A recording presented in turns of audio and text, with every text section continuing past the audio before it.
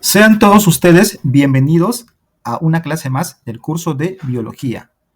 Hoy estudiaremos el tema tejido epitelial. La clase pasada estudiamos los tejidos vegetales. Hoy y en adelante vamos a estudiar por varios capítulos los tejidos animales. Para recordar que es un tejido, es un grupo o capa de células que funcionan juntas para cumplir una función específica. Tenemos aquí un esquema de un tejido, donde presentan células, las que están en forma circular con su núcleo, y una sustancia intercelular. Esto es un esquema de un tejido. Ahora entramos de lleno al tejido epitelial. El tejido epitelial va a derivar del ectodermo, del mesodermo y del endodermo, de las tres capas. Ectodermo, mesodermo y endodermo, de las tres. Tiene escasa sustancia intercelular. Miren estas células. Este es un tejido epitelial, es un esquema de un tejido epitelial. Aquí van a presentar células que están tan unidas, tan juntas, que no van a dejar espacio para la sustancia intercelular. Presentan sí, pero en muy escaso, muy poco, porque no hay espacio, no hay mucho espacio para ellas. Entonces, también una característica es que este tejido epitelial es avascular, no presenta vasos sanguíneos. Pero entonces, ¿cómo se alimentan y cómo botan sus desechos? Pues justamente están sobre una membrana basal, Por ahí es donde se alimentan. Muy bien. Ahora, también es inervado, sí presenta terminaciones nerviosas. Muy bien. Ahora, se dice que el tejido epitelial presenta polaridad porque por cada uno de sus lados es diferente. Por ejemplo, por la parte superior o región apical va a presentar en algunos casos cilios o también va a presentar microvellosidades, ¿no? Es la parte apical. Y la parte inferior es la región basal. Porque justamente está en contacto con la membrana basal. Muy bien. Y por los costados, por los lados, son llamados región lateral. Aquí van a presentar uniones intercelulares. Ahora, vamos a estudiar acerca de estas uniones intercelulares. Muy bien. El tejido epitelial va a presentar una zónula occludens o uniones estrechas. También una zónula adherente, son uniones de adherencia. Uniones comunicantes para el intercambio de iones. Además, desmosomas y hemidesmosomas. Las desmosomas sirven para la comunicación entre células y las hemidesmosomas van a permitir la comunicación con la membrana basal, hacia abajo, membrana basal. Muy bien. Existen dos grandes tipos de tejido epitelial: el tejido epitelial de revestimiento y tejido epitelial glandular. El tejido epitelial de revestimiento están recubriendo cavidades corporales, como también internas como externas. Por ejemplo, las externas es la piel, las internas puede ser el tubo digestivo, el sistema respiratorio y otras cavidades del cuerpo. Y el tejido epitelial glandular, como su nombre lo indica, están revistiendo las glándulas, tanto exocrinas, endocrinas o mixtas. Vamos a ver este tema más adelante. Ahora, ¿cuáles son las funciones del tejido epitelial? Son las siguientes. Secreción. Aquí tenemos un esquema de un tejido donde podemos observar que, de acuerdo al tejido, por ejemplo, el tejido del sistema digestivo va a secretar moco, puede secretar saliva, puede secretar sudor. Entonces, el tejido epitelial tiene esta función de secreción. Además, también puede secretar, ¿qué más puede secretar? Hormonas. Muy bien. Ahora, absorción. El tejido del sistema del intestino delgado, específicamente, va a permitir la absorción de nutrientes. Muy bien, también permite la absorción de nutrientes.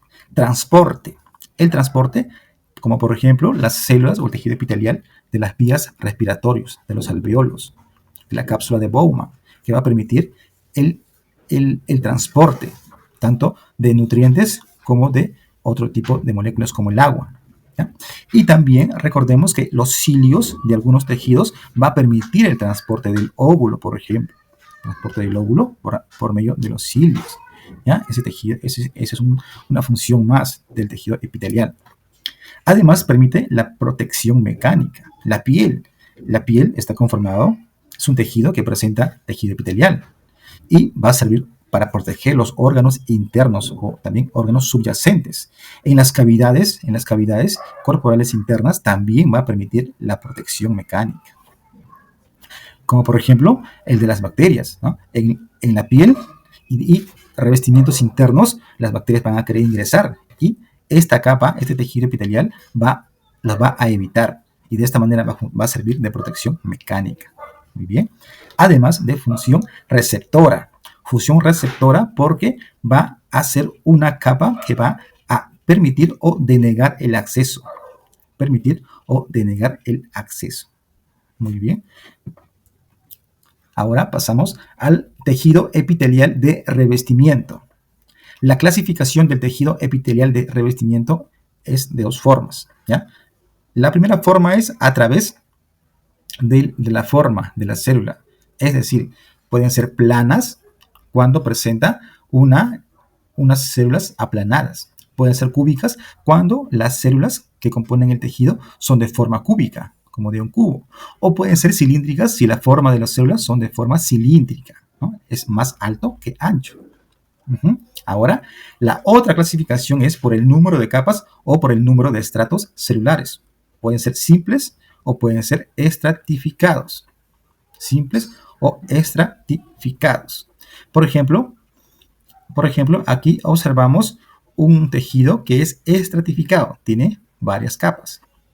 Y aquí podemos observar la de un tejido simple. Es solamente una capa. Muy bien. Esas son las formas de clasificación de los tejidos. Ahora existe una clasificación especial, ¿ya? Es llamado, por ejemplo, el pseudoestratificado. El pseudoestratificado es cuando las células tienen diferentes formas. Por ejemplo, aquí tenemos con la parte superior más ancha que la inferior y la célula subyacente es más ancho en la parte inferior y arriba es delgado. Aparentemente hace la idea de que tuviese dos capas, ¿verdad? Aquí vemos los núcleos en una fila y los núcleos en otra fila. Aparentemente, pero si te das cuenta, solamente hay una capa de células. Entonces, a este tipo de tejido se le conoce como tejido pseudoestratificado. Pseudo quiere decir aparente. Aparentemente está estratificado, pero no, es solamente una capa. Además, otra clasificación especial es la que se llama el tejido epitelial de transición o tejido epitelial polimorfo o urotelio. ¿Ya? Urotelio porque justamente están en las vías urinarias, en la vejiga. ¿Ya? Este tejido se va a caracterizar porque va a cambiar de tejido distendido a tejido relajado. Cuando la vejiga está lleno de orina, entonces este músculo se va a aplanar para buscar el mayor volumen de almacenamiento de orina. Pero cuando nosotros vaciamos la vejiga, lo que va a pasar es que este tejido ya no va a estar aplanado, sino va a estar un poco como inflamado. Va a regresar a su posición inicial. ¿Ya? Es el tejido o una clasificación especial. Muy bien. Ahora también hay unas modificaciones especiales en la región apical. ¿Ya? Hasta aquí no hemos hablado de cilios ni de microvellosidades. Sin embargo, en algunas células, sobre todo en las que son de tipo cilíndricas, van a presentar en la región apical, que es la parte superior, algunas microvellosidades. ¿Ya? Algunas microvellosidades. No todos los tejidos epiteliales presentan esta modificación, son solamente algunos tejidos y en algunos órganos específicos del cuerpo humano. Vamos a verlo más adelante en los ejemplos. Muy bien, ahora vamos a entrar a detalle el tejido epitelial de revestimiento simple. Tejido epitelial simple. ¿Ya? Empecemos con el plano o también llamado escamoso, porque como observamos hay una sola fila, por eso es simple, y la forma que tiene estas células, este tejido es aplanado. Entonces, tejido simple aplanado, es el más delgado, como se puede imaginar es el más delgado, tiene una sola capa y es bien delgadita. Entonces, con estas características tú te puedes hacer idea de en qué parte, en qué tipo de tejido, en qué órgano vamos a tener ese tipo de tejidos. Y es efectivamente en los alveolos pulmonares para el intercambio gaseoso. Tiene sentido, porque si tú quieres intercambiar alguna sustancia, ¿no? Como el aire, como el agua, el tejido tiene que ser el más delgado posible para que el intercambio sea mucho más fluido. Y esto por eso lo observamos en los alvéolos pulmonares, donde hay mucho intercambio gaseoso. También está en la cápsula de Bowman para la filtración de la sangre. En estos dos tejidos vamos a observar estos, el tejido simple, plano o escamoso. ¿Ok? Ahora pasamos al tejido simple cúbico. Simple cúbico, un solo estrato y de forma cúbica. Ajá, aquí están las células. Esto lo podemos observar en el tubo contorneado, en los riñones, en el tubo contorneado de los riñones, para permitir la absorción del agua. También en el folículo tiroideo, para la formación de la tiroxina. En estos dos lugares van a estar el tejido cúbico. Este tejido cúbico también está revistiendo, digamos, órganos que permiten mucho la filtración, el traspaso, ¿no? El intercambio. En este caso es el agua. Muy bien. Ahora, el tejido cilíndrico se va a encontrar en el intestino grueso para permitir la absorción del agua. En el tejido grueso permite la reabsorción o absorción del agua. Ahí vamos a encontrar tejido cilíndrico. Así, una sola capa del tejido epitelial simple cilíndrico. Muy bien. Ahora, miren la diferencia. Vamos a encontrar el cilíndrico, pero con microvellosidades. Cilíndrico, como la que está en el tejido del intestino grueso, pero ahora esto va a presentar microvellosidades. Estas microvellosidades van a presentarse en el intestino delgado para la absorción de nutrientes. Intestino delgado para la absorción de nutrientes. Y justamente estas microvellosidades de este tejido son los que van a permitir ampliar el área. Y al ampliar esta área va a permitir que se absorban mejor los nutrientes. Tiene esta funcionalidad, intestino delgado, para la absorción de nutrientes. El tejido del intestino grueso no cuenta con estas vellosidades porque no va a permitir, no se realice ahí la absorción de nutrientes, solamente la del agua. Muy bien. En esta lámina vamos a observar el tejido epitelial de revestimiento, pero el estratificado.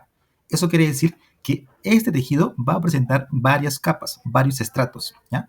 Y la última capa es la que determina si es estratificado plano, cúbico o cilíndrico, ¿no? Por ejemplo, en este tejido observamos que tienen varias capas, sin embargo la última es plana, las anteriores son cúbicas. Entonces tenemos que decir que este es un epitelio estratificado plano. Muy bien, empecemos. Epitelio estratificado plano. Esto lo vamos a observar en la boca, en el esófago, el ano y en la vagina. Y sirven para protección. Es decir, en la mayoría del tubo digestivo vamos a encontrar desde la boca, por ejemplo, el inicio del tubo digestivo, el ano, el final. Y por debajo de la boca es el esófago. Y algo curioso que también la vagina presenta este tipo de epitelio estratificado plano. Ahora, el plano, pero con queratina. Tejido epitelial estratificado plano, queratinizado o con queratina, ¿ya? Esto lo encontramos en la epidermis de la piel. Epidermis de la piel. Y esta queratina le va a brindar mayor protección. Mayor protección. Muy bien. Ahora, el epitelio estratificado cúbico. El cúbico lo encontramos en el conducto de las glándulas sudoríparas y las glándulas mamarias. Sirven para la conducción del sudor y la leche materna respectivamente. El tejido estratificado cilíndrico lo encontramos en la conjuntiva ocular. En la conjuntiva ocular y también sirve para la protección ocular. En esta imagen vamos a estudiar el epitelio con una clasificación especial. Muy bien. Por ejemplo, tenemos el epitelio pseudoestratificado con cilios. Pseudoestratificado con cilios. ¿Qué quiere decir esto? Que presenta justamente una sola capa de células. Sin embargo, aparentemente pareciera que fuese más de una capa, porque presenta aquí los núcleos, una fila y otra fila de núcleos. Pero si observamos bien, es solamente una capa, ¿no? Todas las células tienen contacto con la membrana basal, es una sola capa. Y además tiene modificaciones en la región apical, es decir, presenta cilios. Entonces, este tipo de epitelio de revestimiento, ¿no?, pseudoestratificado con cilios, lo observamos en las vías respiratorias, justamente para purificar el aire. Estos cilios permiten que el aire se purifique. Muy bien. Ahora, otro epitelio es el epitelio polimorfo, o también llamado epitelio transicional. ¿Ya? Esto lo observamos en el tejido urinario, específicamente en la vejiga, ¿no? De ahí el nombre que también un nombre más es epitelio o urotelio, ¿no? Epitelio de transición, urotelio, epitelio polimorfo o epitelio transicional. Lo observamos en la vejiga. Ahora, la vejiga tiene la función de almacenar la orina, ¿no? Cuando una vejiga está llena, lo que va a pasar es que este tejido se va a modificar, como que se va a aplanar para permitir el mayor volumen de almacenamiento de esta vejiga. Se aplana, parecen planos, ¿ya? Sin embargo, cuando la vejiga desenfoca o se vacía la vejiga, lo que se va a observar es que este tejido aparentemente ha cambiado, ¿no? Ya no es plano, sino ahora está cúbico o está cilíndrico. No, lo que pasa es que es un tejido especial, es un tejido polimorfo, tiene muchas formas, es un tejido transicional, es un tejido especial que se encuentra en la vejiga. Ahora vamos a estudiar el tejido epitelial glandular, ¿no? Antes era el tejido epitelial de revestimiento, ahora es un tejido epitelial glandular lo que vamos a estudiar. Tenemos tres tipos de glándulas, ¿ya? O tres tipos de tejidos. El tejido epitelial glandular exocrinas, el tejido epitelial glandular de las endocrinas y el tejido epitelial glandular mixtas, ¿no? Esto se va a presentar en las glándulas exocrinas. Exocrinas, ¿qué quieren decir? Porque van a formar sustancias y lo van a conducir, lo van a expulsar. Esta es la forma, digamos, un esquema de un tejido glandular exocrino. Aquí, por ejemplo, vemos cómo las células de este tejido están liberando sustancias. Las forman y las liberan. Muy bien, por ejemplo, ejemplos de glándulas exocrinas tenemos las salivales, que van a sintetizar y van a desfogar saliva. Las sudoríparas, sudor, y las caliciformes, el mucus. Muy bien. Ahora, las glándulas endocrinas tienen esta forma.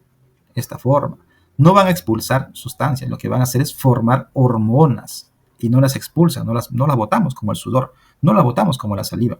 Lo que hacemos, o como el mucus. El mucus es en el tejido que se encuentra en el estómago, ahí produce mucus. Ahora, en cambio, el tejido glandular endocrino lo que va a hacer es formar hormonas y las hormonas las va a liberar en el torrente sanguíneo, en los vasos sanguíneos, para que el sistema circulatorio vaya a llevar estas hormonas a las regiones que corresponden. Por ejemplo, ejemplos de glándulas endocrinas son el hipotálamo, que va a sintetizar la hormona vasopresina, y también se encuentra la hipófisis. La hipófisis es una glándula que va a sintetizar la prolactina, por ejemplo. Son ejemplos de glándulas endocrinas y tienen esta forma cerrada, no tienen un conducto para expulsar, como las glándulas exocrinas. Sin embargo, hay algunos órganos que tienen ambas funciones, tienen tejido glandular mixto, tanto exocrino como endocrino. Ejemplo de ellos es el páncreas y los testículos, ¿ya? El páncreas presentan estos dos tipos de glándulas. Estas que vienen a ser las exocrinas, aquí está el conducto exocrino, y las glándulas de tipo endocrinas, que no tienen ningún conducto, ¿ya? Y aquí, en esta imagen, podemos observar que tenemos estos tipos de tejidos o de glándulas. Aquí están las rojitas, endocrinas, y las azules, exocrinos, que tienen sus conductos. Muy bien. El páncreas va a sintetizar, las glándulas endocrinas del páncreas van a sintetizar la hormona insulina, el glucagón, y las glándulas exocrinas van a sintetizar la sustancia fugo pancreático. Ahora, el testículo también, o los testículos también, ¿ya? Van a sintetizar sus glándulas endocrinas la hormona testosterona. Y las glándulas que son exocrinas de los testículos van a sintetizar los espermatozoides. Muy bien. Eso fue todo por la clase de tejido epitelial. Si les gusta mi video, por favor suscríbanse a mi canal para más contenido. Muchas gracias.